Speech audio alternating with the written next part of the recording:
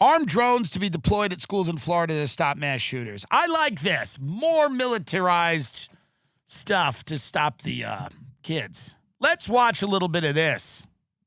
In seconds, the drones buzz to life and weave through hallways, searching for a fake school shooter. Phenomenal. A demonstration of the real abilities Phenomenal. for.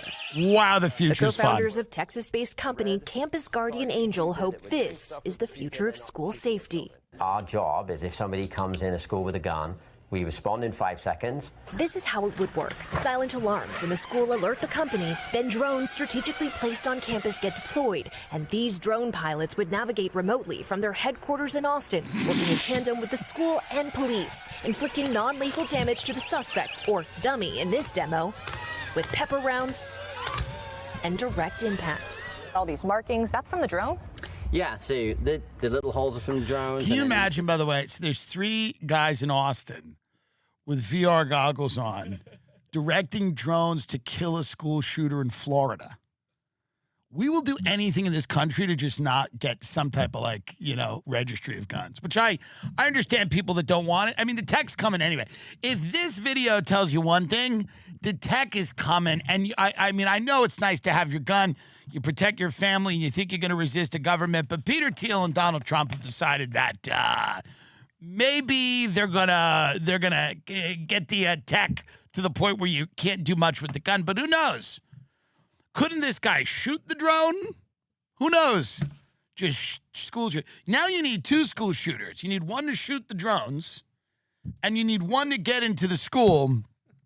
So now it's got to be a collaborative effort. So you have one school shooter shooting the drones, and then you have another school shooter who's actually, and by the way, it's horrible what happened in Minneapolis, and it's disgusting, and that person obviously should be put to death. And I'm not saying you should give up all your guns, but I am saying there's got to be a better way here. Probably than this, right? I imagine this is what tech does. We create all of these situations where people are in grave danger. There's all these home invasions. We won't clean up the streets. There's school shootings. And we create them because our policies make them more likely to happen. And then there's a bunch of mentally ill people and there are criminals, and then these policies happen. And then tech steps in and goes, by the way, what a great opportunity for us to have a solution to this that involves militarized drones flying through your children's school. So the robot police are coming. Robotics is developing at and I read a whole article about this last week. All of these things are coming. The drone policing, all of this technology is coming. And it's going to render your handgun most likely pretty useless. And I'm not saying you should give it up. I'm saying there's going to be seemingly a lot of militarized technology on the streets dealing with the public. This is clearly what's going on. Larry Fink is out there, the CEO of Blackstone, I believe, Larry Fink. Is that right? Is it BlackRock? BlackRock. I always mix them up. And he's now the interim president of the World Economic Forum, and he's like, we're getting rid of cars. We don't need it. We're getting rid of single-family homes. Many years ago, Whitney Webb talked about this on the show. We're getting rid of that. You got Klaus Schwab saying, hey, it's going to be a stakeholder economy where you're going to have stakeholder capitalism. So you're going to have billionaires owning these large stakes in these large, government, private, public partnerships with all these governments.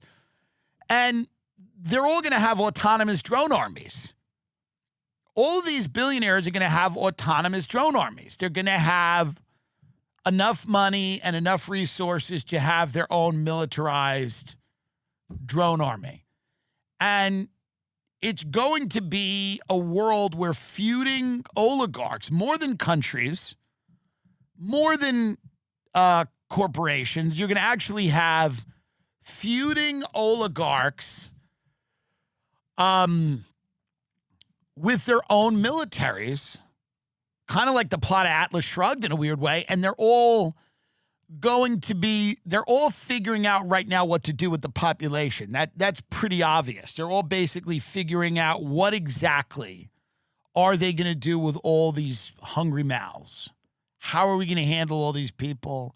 What's going to happen? And they're all basically going, listen, we got to figure out a way to deal with them. That's what they're doing. They go, we got to deal with these people. And we're gonna do it with technology. We're going to put them in a digital prison. And if that doesn't work, we're going to put them in a real prison. And one of the ways to deal with that, if you're a human being, is to think about what the grid is and how to kind of remove yourself from it in any way that you can, economically, physically, geographically, in a smart way. I'm not saying you go all survivalist prepper and go insane, but there's going to be a lot of people that are fully in the system, that want to be in the system, that are getting the goodies and the benefits, and then the people giving them that are going to dictate. That's the way it always works. You want the goodies and the benefits. We're going to now dictate how you live and where you live based on the things that we give you. And if you continue to want those things, we're going to require that you participate in the system that we have set up. I do believe there's going to be people kind of living outside of that and happily, but are just going to figure out their own way to do it. And I mean, I'm talking about years down the road, maybe not as far as we think. But there does seem to be, and if you're ignoring this, you're crazy. There does seem to be a concerted effort amongst it, which is what I think the Trump presidency is starting to look like. It's kind of end game time. And I think a lot of these people realize it. They're sucking the last bit of money out of this government before we default on the debt. They're sucking the last bit of money out of this government before the dollar is worthless. They're sucking the last bit of money out of this government before the financial system is in some stage of permanent decline. And they're doing it in the Sam Altman types and the Elons and the Zuckerbergs and the Tim Cooks and many others and the Larry Finks. They know that there's probably a tipping point at which the dollar's going down, the system's going to be radically reformed, the democratic process may not survive. We might go into some type of fascistic military junta, not to be a downer, but before all of that happens, they're sucking the last bit of money they can out of this bloated, dying corpse of an empire. And they are strengthening their position for an inevitable period of chaos. This is my guess, and it's well-informed. And if you say this to people, and I live out in the Hamptons, I'll say things like this to people, and they go, oh, well, it's a bit dramatic. They don't say no. Meaning like 90% of rich people have no idea what's going on. They were just born, they're rich, things are good, life's good. You go to the beach, you go on a boat, you jump off the boat, you get married, you drink wine, you die, it doesn't matter. But 10% of them, and those are the ones I don't really have access to because they don't enjoy me, but those are the people that are really behind the scenes getting ready for something. You can feel it. It's in the air. The media doesn't matter anymore. They know that. They've lost control of the narrative. They are never getting it back. So the only thing left for them to do at this point is the raw power grab. The raw power grab.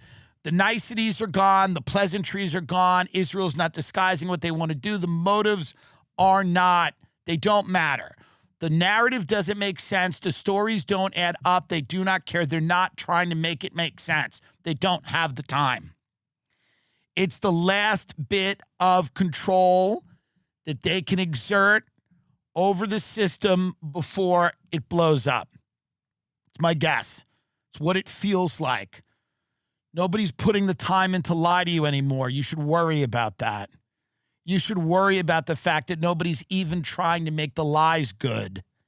They know it doesn't matter if you believe them. They're going to try to dispose of you. I'll be in Riyadh. I'll be in Riyadh where my bread is buttered. Go find where your bread is buttered. Go get your bread buttered. Go get your toast buttered. Go get your jelly. Go jelly your jam. Because the world is ending.